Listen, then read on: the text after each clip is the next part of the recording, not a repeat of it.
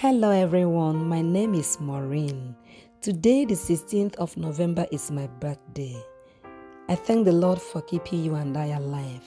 Kindly permit me to use this medium to present to you my birthday project. By the grace of God, it started, 2013 when I began to work in a certain environment where I attended to people with various kinds of issues. And sometimes it took me going beyond my actual scope of duties to be able to meet their needs.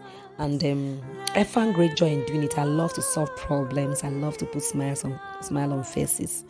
So many of them, before they leave, they would come to appreciate me, as they would put it, offering money, sometimes huge amounts of money, which I always rejected, and advised them to either send it to orphanage or to their mom, or to put it in their church offering if they go to church.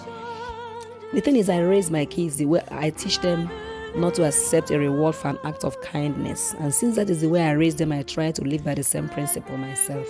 But I noticed that they waited for my birthday, because each time when I have birthday, I receive all kinds of presents from all kinds of people. I don't even remember where I met some of them. Plus the fact that by God's grace, I'm also a servant of God. So where I pastor with my husband, I get presents from the people and from the places I travel to minister. So what I did was to begin to plead with everyone not to buy me any birthday presents anymore, because I feel that these things can be put to better use.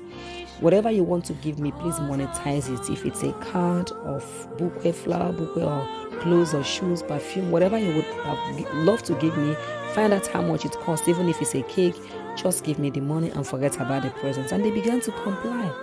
So what I did by God's grace was to set up a committee in church that oversees my birthday project. We will gather together to pray, plan, and execute the project together. They are the ones that are in charge of the money, but we'll execute it together. So the first project, by the grace of God, we've been able to execute was to assist the Happy Life Children's Home in Nairobi, Kenya. It's an orphanage. When they were building a school, we assisted with a classroom. You can see their pictures being displayed. We have been able also, by the special grace of God, to support flood victims in the eastern part of Nigeria at the time. You can see the pictures of the women and their children. By the special grace of God, in the Happy Life Children's Home, I also encouraged our Righteous Women's Fellowship in our church to adopt a baby there, because we have this monthly contribution of 10 euros, and by God's grace, we are quite a large number. So we adopted this little girl, and we gave her a name and provided her needs every month from our monthly contribution. Eventually, she became adopted and was taken to the US. So we kind of lost our baby, but we are very happy for her. So we've been able, by God's grace, to support in Cameroon. There's this war between the French and English-speaking part with lands of some people that escaped to the bush, where they constructed wooden houses and wooden churches. So where they, meet together. We learned that the women couldn't afford sanitary towel or tissues, but used leaves. So we have been able to send them palliatives. You can see where they are stocked by the side. You can see them receiving the presents, and they are very happy. Been able to assist pregnant women, to get the provisions they need for as they're expecting the delivery of their baby. You can see the babies. You can see the pictures as well. By God's grace, we've been able also to set up small-scale business enterprises for many people in Africa. We've been able to assist the widows, not only widows, but anywhere that an actual need was identified. By God's grace, we've been able to also assist a missionary family in Nigeria also.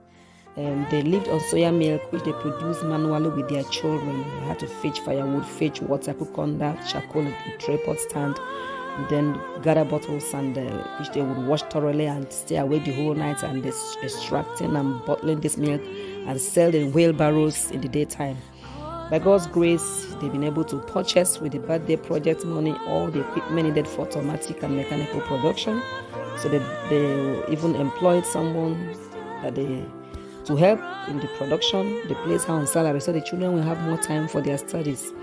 By God's grace, they've been able to even get a cold room. They've been able to get a car for marketing the products, because they produce the masks now. And the thing is that you can see the car being displayed, as opposed to the former wheelbarrow. The thing is that when people learn about this project, they began to give me much more than they would have given me if it was just for an ordinary birthday present. And personally also, every November, I invest most of my November salary in my birthday projects, because I can't be telling people to give and I don't show an example. So I always depend on God to survive every November, and He's never failed me.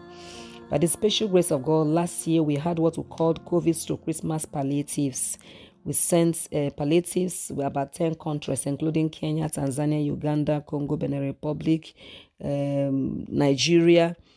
In Nigeria, we sent to East, West, North, and Southern Nigeria, both Christians and Muslims. You can see the pictures also being displayed. Actually, we have the videos of all these projects and pictures. If you need them, we can actually forward them privately to you. We will also display our YouTube channel at the end of this broadcast. You can also go to our YouTube channel and watch the full videos of all these projects. By God's grace, this year we have already started our projects. The Lord laid it on my heart to go on 7 days interdenominational praise and worship, thanking Him for your life and for my life.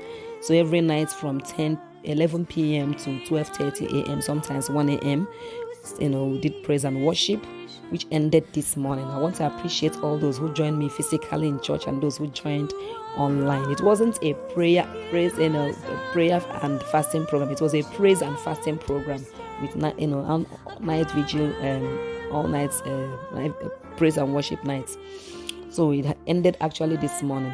So, but this year, what we want to do as Patens Helping People is to assist Sister Ruth. You can see her picture with her children being displayed. They live in an uncompleted building and she has no job. She goes on evangelism every day, as I was told. We'd like to help her get something to do so she can earn money and take proper care of her children and send them to school.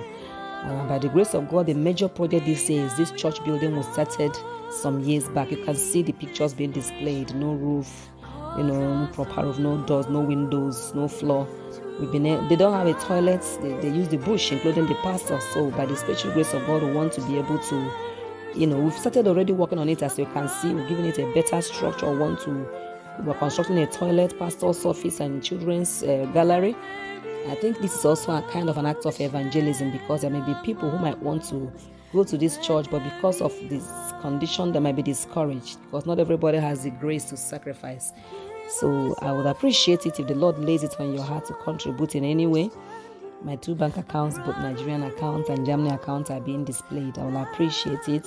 If you can't support financially, you can pray about it. We'll appreciate it. Or you can also send this broadcast and the videos to people you know that can assist. And as you do that, I pray that the Lord will bless you. He will prosper you. He will protect you. He will provide for you. And He will perfect all that concerns you in Jesus' mighty name. Thank you so much for listening. I appreciate you.